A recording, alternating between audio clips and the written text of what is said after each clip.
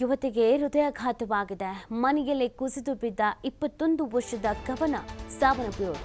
ಹಾಸನ ತಾಲೂಕಿನ ಕೆಲವತ್ತಿ ಗ್ರಾಮದಲ್ಲಿ ಒಂದು ಘಟನೆ ನಡೆದಿದೆ.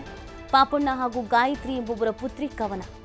ಅಂತಿಮ ವರ್ಷದ ಬಿಕಾಂ ಪದವಿ ವ್ಯಾಸಂಗವನ್ನ ಮಾಡ್ತಾ ಇದ್ದ ಕವನ. ಕಾಲೇಜು ಹಾಗೂ ಕುಟುಂಬದಲ್ಲಿ ಮಡುಗಟ್ಟಿದ ಮೌನ. ಅಂತಿಮ ವರ್ಷದ ಬಿಕಾಂ ಮಾಡ್ತಾ ಇದ್ರು ಕವನ ಅನ್ನೋದು ಗೊತ್ತಾಗ್ತಾ ಇದೆ. ಹೃದಯಾಘಾತವಾಗಿ ಸಾವನ್ನಪ್ಪಿರುವಂಥದ್ದು. ನಿಜವಾಗ್ಲೂ ಇದೆಲ್ಲವೂ ಆಘಾತಕಾರಿ ವಿಚಾರ. 21 ವರ್ಷದ ಹುಡುಗಿಗೆ ಹೃದಯಾಘಾತ ಆಗುತ್ತೆ ಅಂತ ಹೇಳಿದ್ರೆ ಇತ್ತೀಚಿನ ದಿನಗಳಲ್ಲಿ ಈ ಕೇಸಸ್ಗಳು ಜಾಸ್ತಿ ಆಗ್ತಾ ಇದೆ. 9 ವರ್ಷ, 12 ವರ್ಷ, 20 ವರ್ಷ, 25 ವರ್ಷ ಅತಿ ಚಿಕ್ಕ ವಯಸ್ಸಿನವರಿಗೆ ಹಾರ್ಟ್ ಅಟ್ಯಾಕ್, ಹೃದಯಾಘಾತ ಆಗ್ತಾ ಇರೋದು. ಯಾವ ಕಾರಣಕ್ಕೆ ಅನ್ನೋದೇ ಪ್ರಶ್ನೆ. ಲೈಫ್ ಸ್ಟೈಲ್ ಚೆನ್ನಾಗಿಲ್ಲ. 9 ವರ್ಷದ ಮಗು ಏನು ಲೈಫ್ ಸ್ಟೈಲು?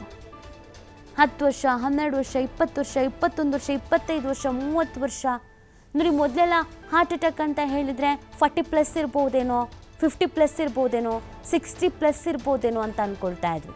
ಅತಿ ಚಿಕ್ಕ ವಯಸ್ಸಿಗೆ ಹಾರ್ಟ್ ಅಟ್ಯಾಕ್ಗಳಾಗ್ತಾ ಇದೆ. ಕಾಲೇಜಿಗೆ ಹೋಗ್ತಾ ಇದ್ರಂತೆ, ಬಿಕಾಮಿನೋ ಓದ್ತಾ ಇದ್ರಂತೆ. ಕವನ 21 ವರ್ಷ ಅಷ್ಟೇ ಹೃದಯಾಘಾತವಾಗಿ ಸಾವನ್ನಪ್ಪಿರೋದು. ಬಹಳ ಹೆಲ್ತ್ ಬಗ್ಗೆ ಗಮನ ಹರಿಸಬೇಕಾಗತ್ತೆ. ಇತ್ತೀಚೆಗೆ ಲೋ BP ಆಗಿ ಕುಸಿದು ಬಿದ್ದು ಸಾವನ್ನಪ್ಪೋದು, ಹಾರ್ಟ್ ಅಟ್ಯಾಕ್ ಆಗುವಂಥ ಕೇಸಸ್ಗಳು ಅತಿ ಚಿಕ್ಕ ವಯಸ್ಸಿನಲ್ಲೇ ಈ ಥರದ ಕೇಸಸ್ಗಳು ಜಾಸ್ತಿ ಆಗ್ತಾ ಇದೆ. ಇದಕ್ಕೆ ನಾನಾ ರೀತಿಯಾದಂಥ ಚರ್ಚೆಗಳು, ವರದಿಗಳು ಎಲ್ಲವೂ ಕೂಡ ರಿಲೀಸ್ ಆಗ್ತಾ ಇದೆ. ಆದರೂ ನಮ್ಮ ಎಚ್ಚರಿಕೆಯಲ್ಲಿ ನಾವು ಇರಬೇಕು. ಬಟ್ ಹೃದಯಾಘಾತ ಅಂತ ಹೇಳಿದರೆ ಎಚ್ಚರಿಕೆ ಹೇಗೆ ವಹಿಸ್ಕೊಳ್ಳೋದು ಅನ್ನೋದೇ ಪ್ರಶ್ನೆ.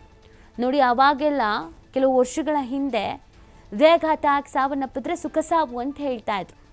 ಹೀಗೆ ಹಾರ್ಟ್ ಅಟ್ಯಾಕ್ ಆಯಿತು, ಹಾಗೆ ಸಾವನ್ನಪ್ಪಿದ್ರು, ನರಳಿ ಸಾವನ್ನಪ್ಪಲಿಲ್ಲ ಅಂತ. ಬಟ್ ಇದನ್ನ ಈಗ ಏನಂತ ಕರೆಯೋದು? ಅತಿ ಚಿಕ್ಕ ವಯಸ್ಸಿನವರಲ್ಲೇ ಹಾರ್ಟ್ ಅಟ್ಯಾಕ್ ಆಗ್ತಾ ಇದೆ. ಮೊನ್ನೆ ಯಾವುದು ಹುಡುಗಿ ಸ್ನಾನಕ್ಕೆ ಅಂತ ಹೋದಂಥ ಸಂದರ್ಭದಲ್ಲಿ ಹೃದಯಾಘಾತ ಆಗಿತ್ತು. ಇನ್ಯಾರೋ ಮದುವೆ ಮಂಟಪದಲ್ಲಿ ಹಾರ್ಟ್ ಅಟ್ಯಾಕ್ ಆಗಿ ಸಾವನ್ನಪ್ಪಿದ್ರು. ಇನ್ನೆಲ್ಲೋ ಕಡೆ ಸ್ಕೂಲ್ನಲ್ಲಿ ಮಗು ಸಾವನ್ನಪ್ಪುತ್ತೆ ಹಾರ್ಟ್ ಅಟ್ಯಾಕ್ ಅಂತ. ಯಾಕೆ, ಏನು ಅನ್ನೋದು ಪ್ರಶ್ನೆ.